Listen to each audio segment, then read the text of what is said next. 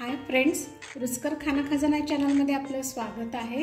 मी आज आपल्याला कांदा पोहे माझ्या पद्धतीने मी कशी करते ते तुम्हाला सांगणार आहे। तर त्यासाठी मी ते कढईमध्ये 1-2 मोठे चमचे तेल घेतलेलं आहे। तेल ऑलरेडी गरम झालेलं आहे।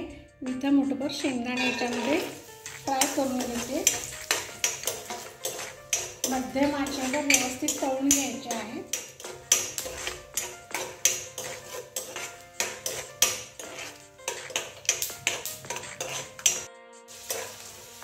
आता हे शेंगदाणे व्यवस्थित फ्राय झालेले आहेत। आपण आता हे बाजूला काढून घेऊया। मी मुद्दाम इथे लोखंडी कढई घेतलेली आहे। यामध्ये पोहे खूप छान टेस्टी लागतात। तर मी आता त्याच तेलामध्ये 1 चमचाभर मोहरी घालते आणि मी इथे आता मोहरी तडतडलेली आहे। मी याच्यामध्ये एक मोठा उभा चिरलेला कांदा घेतलेला आहे। उभा याच्यासाठी चिरायचा की याच्याने टेस्ट पोह्याला खूप छान असते, खूप छान टेस्ट येते याला। आपण नेहमीप्रमाणे जर चौकोनी बारीक कट केला तर त्याच्यापेक्षा याला खूप छान टेस्ट येते। हा आता आपण गुलाबी रंगात व्यवस्थित फ्राय करून घ्यायचा आहे कांदा। आता हे तळत असतानाच आपल्याला याच्यामध्ये कढीपत्त्याची पानं 1 7-8 पानं मी तुकडे करून घेतलेले आहेत आणि 3 मिरच्या घेतलेल्या आहेत, त्याही ॲड केलेल्या आहेत। हे सगळं आता व्यवस्थित आपल्याला फ्राय करून घ्यायचं आहे।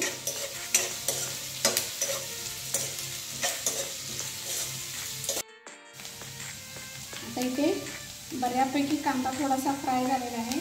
त्याच्यामध्ये चवीपुरतं मी मीठ घालते जेणेकरून लवकर कांदा अजूनही फ्राय होईल। आता हे व्यवस्थित हलवून घ्यायचं आहे।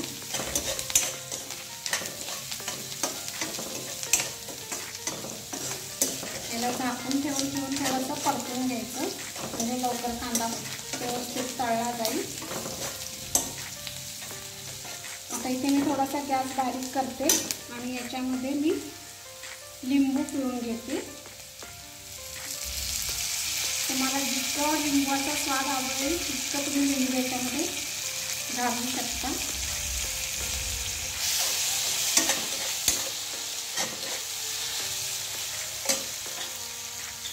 आता इथे 1 अर्धा चमचाभर हळद घालते।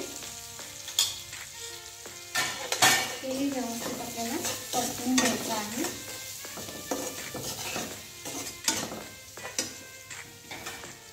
एकदा तुम्ही पहा उभा कांदा चिरून याची टेस्ट कशी वेगळी येते। आणि 1 चिमूटभर मी साखर घालते कारण आपण लिंबू पिळलेला आहे याच्यामध्ये।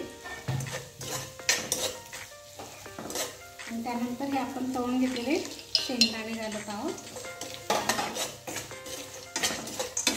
आता हे सगळं व्यवस्थित हलवून झाल्यावर याच्यामध्ये आपल्याला आता जे भिजवून घेतलेले पोहे आहेत आपण सर्वात आधी पोहे भिजवून ठेवायचे आणि मग बाकीची तयारी करायची, म्हणजे तोपर्यंत आपले पोहे व्यवस्थित भिजले जातात। आता हे मी पोहे याच्यामध्ये ॲड करते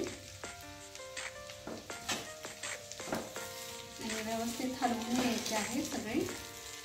आता इथे मी थोडंसं ओलं खोबरं आणि थोडी कोथिंबीर ॲड करते। ओल्या खोबऱ्याने सॉफ्ट छान होतात पोहे आणि ते चवीलाही छान लागतात।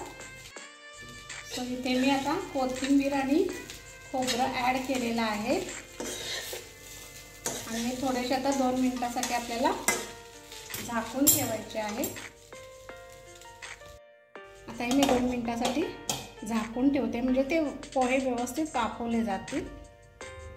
अशा पद्धतीने हे कांदे पोहे तयार आहेत। मी थोडंसं कोथिंबीर आणि ओल्या खोबऱ्याने गार्निश केलेलं आहे। मी ज्या पद्धतीने करते त्या पद्धतीने तुम्ही नक्की एकदा करून पहा। उभा कांदा चिरून पहा, टेस्ट नक्की येईल आणि लोखंडी कढईमध्ये करून पहा। जर ही माझी रेसिपी तुम्हाला आवडली असेल तर माझ्या चॅनलला सबस्क्राईब करा, लाईक करा, शेअर करा, कमेंट करा, बेल आयकॉन जरूर प्रेस करा। थँक्यू।